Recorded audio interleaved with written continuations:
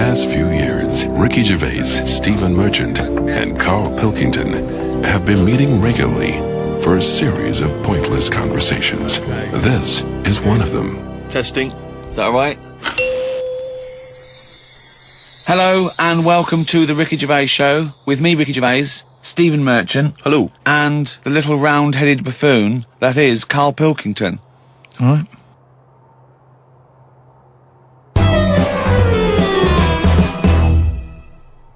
Do you know the other week when I came up with like a different idea of how we can sort of make the world run and that?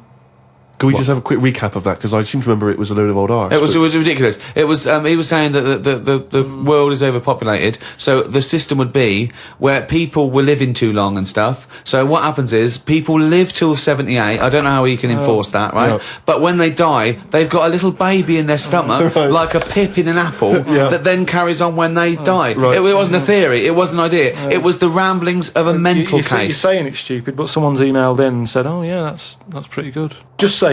If that's a no, right? I've been thinking. It is a no. What about if we do it the other way, right? Ah, Go on. Somehow, I don't know how. A kid has an old lady? that's what it's going to be, isn't it? A child give birth to an old man. No. What I'm saying is, right? Go on. Work the other way round. Come on then.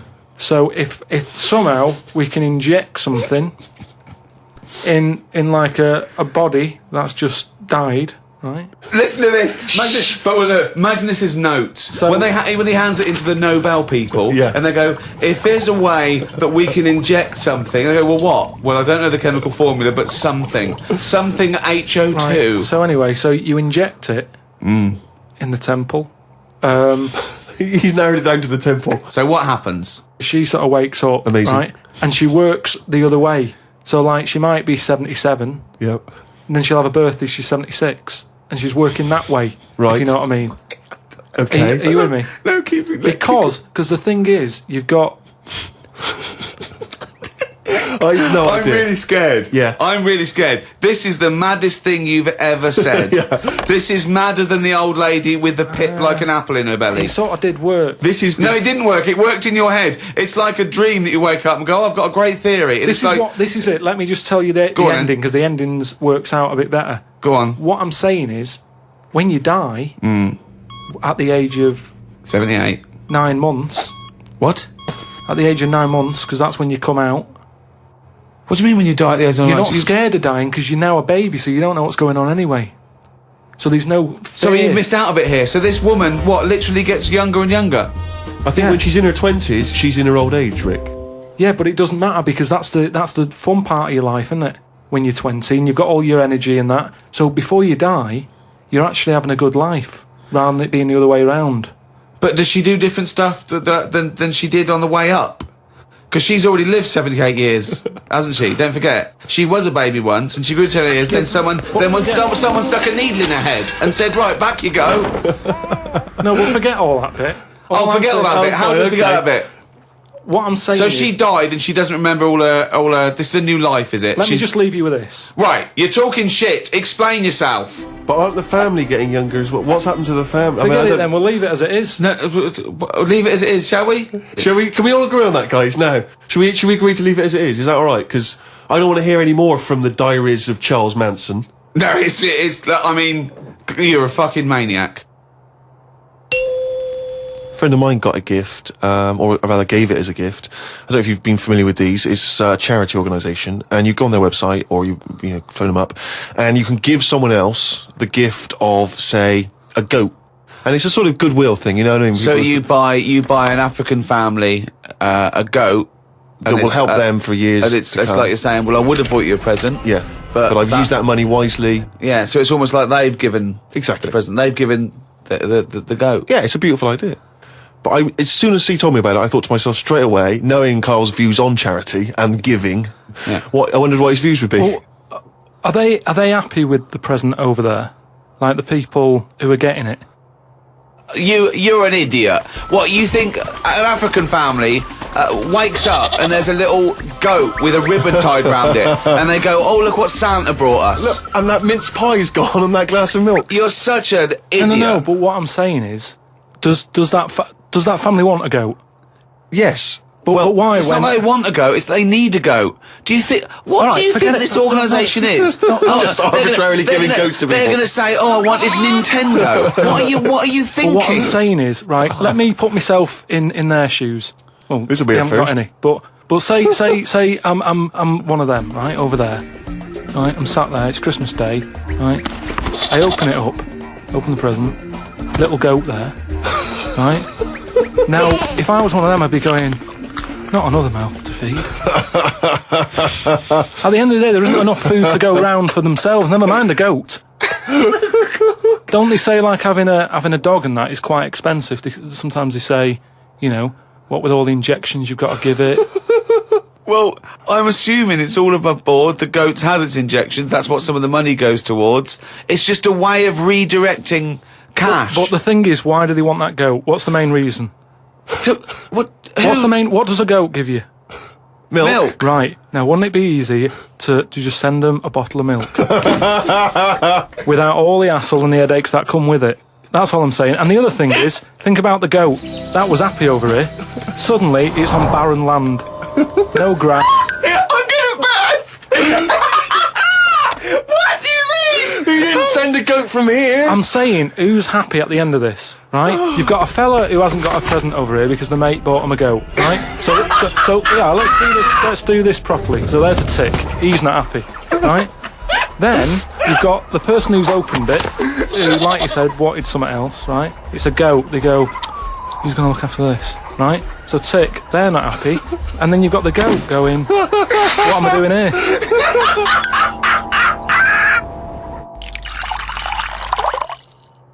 Definitely love this, surely. Have you started seeing this now? Virgin are starting plugging Virgin Galactic. I think it's something like 200,000 quid, and you'll get a chance to go in a space shuttle into space. Carl, thoughts? Going to space. Wouldn't it be a fascinating experience to go into space and look back at the Earth? I mean, at what point are you all meant to be happy? Do you know what I mean? You're floating about up there, and because you don't get out, do you? What, you mean to do some duty-free shopping? I'm just talking, you don't go floating about, do you? You stay in your seat. Well, they probably let you move around on the shuttle. Yeah, no, but I'm talking about getting out. For me, when you go on you want to holiday- get out into space? Yes, but that's what I'm saying. When you go on holiday, the flight bit isn't the best bit of the holiday, is it? That's the bit you've got to do. So what I'm saying is you've got to stay on this and then you go back home. So you don't take luggage, right? I don't see the point. Right, so you're there, you're sat in your own clothes for the whole time, same clothes the whole time. But I don't understand what is the point. I think it's the view. I think it's two things. I think it's the view and being able to be part of an exclusive club. I went into space. It's all that thing about man conquering nature, and you're one of that elite few that have managed to pop up, see the world from a distance that no one else can see it from, and then pop down. All that way just for the view. Yeah. Is it worth it? I mean, there's a lot of other places I haven't seen anyway. Right, before I think about that, I think if you've done everywhere, I haven't been to Scotland yet. Right? Right, yeah. I'm not being funny, but do you know what I mean? So just have a look in your back garden before you go looking in someone else's. In space. Yeah. Yeah. What would make it a trip worthwhile for you? I mean, if you did go into space, if we gave it to you free of charge, we said, Carl, go up into I know space. the answer. I know the answer to this, Steve. He's thinking, I'd like to meet some aliens that can talk like I do, Yeah. and I can understand them, and they can tell me something. Like what? Oh, they met God, he was all right. That's the sort of thing. That's what he's going to say. He'd like them to look like monkeys in spacesuits. Yeah. That would be his ideal thing. He'd like to go to the planet of the Yeah, I was apes. gonna say, yeah, He I was would gonna- love they to could go arrange to that. Look, he's nodding. He's Yeah. nodding. Thoughts, Carl? Well, yeah, that'd be brilliant. What would be brilliant? Seeing a little alien and that, having a chat with him, finding out what's been going on. What's been going on? No. But don't you think that, like, I mean, if you bought me that as a present, right, Yeah. either of you, Yeah. I wouldn't be that happy. For me, that's a little bit like... Well, that's annoying because we've got you a trip We to just space pulled and a together. goat. Yeah. Yeah. Do you know how, like, I am interested in sort of going on another planet, right? Not, Carl, you are on another planet, mate. no, but do you know what I mean? It would be quite sort of interesting. How do you think you'd get there? Well, yeah, you'd go on a rocket and stuff, but what I'm saying is, at least you know when you get there, you're getting out, you're having a bit of a wander. But I wouldn't be happy in just the journey bit of it. That's all I'm saying. That's great, isn't it? But the thing is, right, because I was looking into it a bit, because I was reading about the Virgin Atlantic thing, right? And I was reading something that in 1971, right, 3 of them went up there. There was one bloke in the rocket, right? The other 2 wandered off, had a walkabout, seeing what rocks they can find. And that bloke who was in the rocket, right, he was the loneliest man ever in the world. I don't know what to do. What that was. I don't know what to do. I don't know if that's some sort of profound poetry or I don't know. Do you know what I think he's trying to say? He's trying to say he was, by definition, a human furthest away from all other human contact. Yeah, that's what I said. Yeah, okay. No, you said loneliest. Loneliest evokes an emotion. Yeah. But it's like he started crying and writing poetry and listening to Morrissey records. But what I was thinking is, do you think when he got up in the morning, he still bothered to put his clothes on? That's the first thing that came into your mind. No, when just you because I always, there. at the end of the day, even if, like, my girlfriend Suzanne's out at work and that, I'm not happy walking about with everything out, because you never know what's going to happen. I just mean, you never know if someone's going to turn up. No, I don't like what I don't like. No, I always pop some pants on or a towel, even if I'm not alone. Always. Because I've knocked on your door when you've been stood there with. No, he's taking his trousers off. I did it especially knowing that you were there. I've done it especially to annoy you. Right. Yeah, so.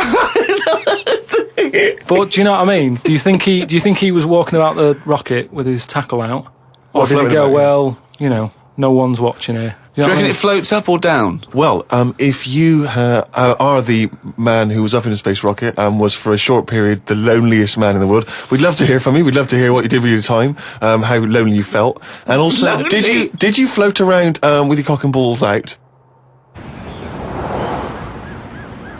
Carl, if you could have a superpower like Superman, what would your superpower be? Can I suggest consciousness? Yeah. Can I have the power of thought? Remember, you've already got opposable thumbs. So cross that one off the list. Oh, go on, Carl. There are so many to choose from. Telepathy, X-ray vision, Flight, invisibility, choose it wisely. strength, intelligence. But why have I been picked? Oh, for God's sake! No, but I'm just saying. It's Rob's question for No, you. but I'd just say, does anyone else want this? Or, do you know what I mean? Oh, No, what do because- you wish you no, could do that's no, impossible is because- the question. no, because- What? What do you mean? Because with that comes a responsibility. Is what With I'm saying. enormous power does come great responsibility. So, would you like Spidey senses? Is that what you're saying? Come on, Carl. You know what these superheroes because they can. I know, but they it can always freeze things. They're never happy, are they? Do you know what I mean? Spider-Man that wanted to tell that girl that he could climb walls and that. He's like, I can't. Superman never told Lewis and that. Who's Lewis? Who's Lewis? Lewis. Who's Lewis? It's just a pen pal of Superman's. Lewis, his little secret chum. Yeah. All right, Superman. Hello, Lewis. What are you doing? Superman. Who are you? I can't tell you, Lewis. Brilliant. Hulk, he wasn't happy. Hulk, he wasn't happy. It's true. He's got a theme. He has got a theme. There's not many happy superheroes, are there? Leaving aside the superheroes you're already aware of, what superpower would you want? You don't have to fight crime with it, Carl. Let me remind you of some of the other things. Invisibility. All the time, though, or can I sort of turn that on and off? Let's say you could turn it on and off. Would that interest you? Yeah. I'll have that. Right. Okay, and what would you do with this power of invisibility? Just sort of wander about and just not get seen. It's a brilliant power. It's a brilliant. And it's put to such brilliant use. It's brilliant. Well done. And why would you want to walk around and not be seen in that? What would you gain from that? Don't know. You could sort of go in shops when they shut, so you don't have to go. How would you get in? Just get in just before they lock up. Oh yeah. How would you get out? Wait till the morning. Brilliant. So hang on. So that's your use of invisibility. They found the power of invisibility. You want to sneak into. Never mind. No, hang on. You want to sneak into HMV, right? Wait for 12 hours and then buy something. I love it. Just so that you don't have to be in there with other people. Do you know what? I don't want it. I don't want a power. Why not? Because I just don't think it'll do me any good. I think it's more of a hindrance. I love this. It's like, just think of his presents. We've given you a trip into space, and the chance to be invisible. Not happy with any of them. Yeah, what he wants is a voucher for HMV. Yeah. He just wants some tokens for a record shop. Just going through a few more of these emails. This one's from Kent from Nova Scotia, Canada. He says, Carl, he's wondering if you've got any personal mantras that you could pass along. For instance, he reminds us of Ben Franklin's famous mantra, waste not, want not. Who said that? Ben Franklin. What did he do? What was his job? Benjamin Franklin was a well-respected American politician from the 1800s. He was a sort of thinker, a philosopher, a scientist, deeply respected. Also on a money. big political figure. He features on He's the on a dollar bill or the $10 yeah. bill or something. Yeah. So he's one of the great sort of American Enlightenment thinkers. And he came up with the mantra, waste not, want not. You must know waste not, want not. I mean, that's just... Do you understand the phrase waste not, want not? No, not really, no. What does it mean? I've never used it. It's like, don't throw stuff away because you might need it, and therefore you won't be wanting anything because you didn't throw it away. So he was a bit of a Well, hoarder. if you don't waste food, for instance, then you He's a won't... bit of a hoarder. For God's sake. No, but I'm just saying, he's a man in power. Is that the best thing he ever said? No, I'm sure he came up with many, many profane So why things. is that one He did remembered? experiments in electricity and conducting electricity, all sorts. But that impresses me more, inventing electricity, than someone... He didn't invent electricity. Wait a minute! Don't impress you more than what? Just saying, waste not, want not. I don't think it's that good. It's not even catchy. How would you word it? I'd just say, whoa, don't be chucking that out. You might need that later. Don't be checking that out. You might need that later. Carl Pilkington. Whereas some would argue that waste not, want not is perhaps a little bit more pithy, a little bit more... We should go through great sayings and phrases and say if he could, well, firstly, does he know what they mean? And then secondly, can he improve them? That would be brilliant. We'll do that next time. All right, let's see. Okay, Winston Churchill. Never have so few done so much for so many. What do you think of that? Do you know what that means? I'd just be annoyed if I was one of them who gave a lot for a few or whatever, right? No, gave a lot for so many. If you were one of those few that gave so much for so many, i.e., it means these few good men, their actions freed the world. They freed the world. They have an impact on every person in the world, and they were few brave men, and that's what he's saying. Yeah, but what I'm saying is, if I was one of them men who gave up his life, right, I'd want a name check. I don't want to be bungled in with everyone else who is saying a load of blokes gave it their lives. Well done and that. See you later. That's brilliant.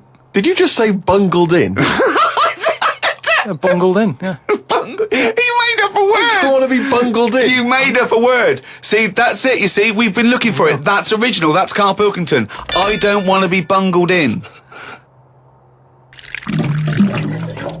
Right, do you know we've chatted about charities before, haven't we? Sure. Yeah. Done a lot of stuff on that, right?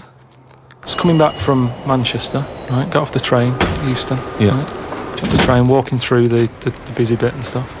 There's this fella stood there, right? Good charity worker. Yeah. Right? Nice looking fella. He's got his suit on, the tie and everything, quite respectable and that, right? Look down at his bucket. All money's been put in the bucket and that, Yeah. right? On the front of the bucket, right? It says collecting for the homeless at Christmas. Now, why can't they do that? What, the homeless? The homeless people. Why is some fella taking his time out, right? His own time where he could be at home. Why? Some of us have got homes to go to. Yeah. Why? Do you know what I mean? What, you think just give them the buckets? Well, what are the homeless people doing whilst he's doing that? Is what I'm saying. What have they got on the timetable? Cut out the middleman. Cut out the middleman. What would prevent a homeless person, an entrepreneurial homeless person, just getting a bucket and writing that on there themselves? Could I suggest something?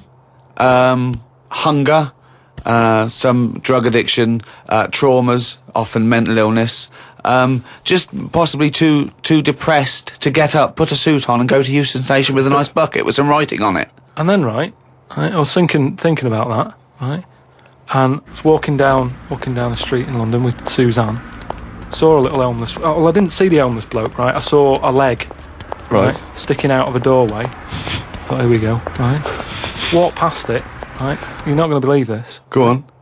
Homeless. Yeah. Chinese fella. I've never seen one of them. No, I'm not having a go, right? But have you seen? Do you know what I mean? That was a shock. I really don't think I have. I think he's got me there. I hate to say it, but I must say I can't remember ever seeing a homeless Chinese person. Weird, isn't it? I actually said, I was walked past and I said to Suzanne, "Did you see that?" She went, "What?" I said, "Just look back there." She said, "What?" I said, "That homeless fella. Look back at him." She said, "What?" I said, "He's Chinese." And she said, "Yeah, good point." Good point. Of course she did. She said that to shut you up. She didn't want to get into a conversation with you. Rick, it's that time again. It's what the whole world is waiting for now. Is it every Monkey week. News? It is Monkey News. Please perform live the jingle. Oh, chimpanzee, that monkey news, you. There we go. Right then, well, got an email from John. You know, if you've got any monkey news going on in your area, Just let us know. God, amazing. but there's a TV channel in Moscow, right? And I think they had a bit of bad luck or something, a lot of redundancies and that, right?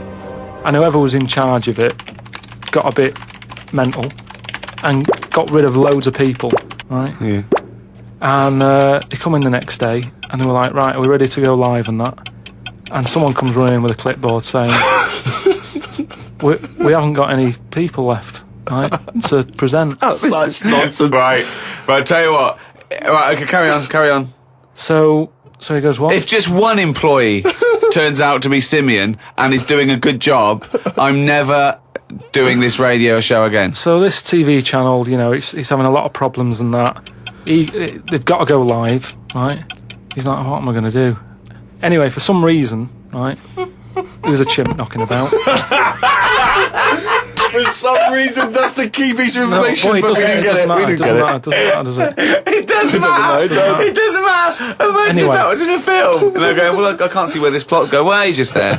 He's just there. So anyway, he sort of says, get it in a suit, right? Why? So, because they're running out of ideas, the clock's ticking, they've got to go live with something. What do you mean? What he's What, is it a presenting? news programme? He's presenting. Listen, it's a chat show.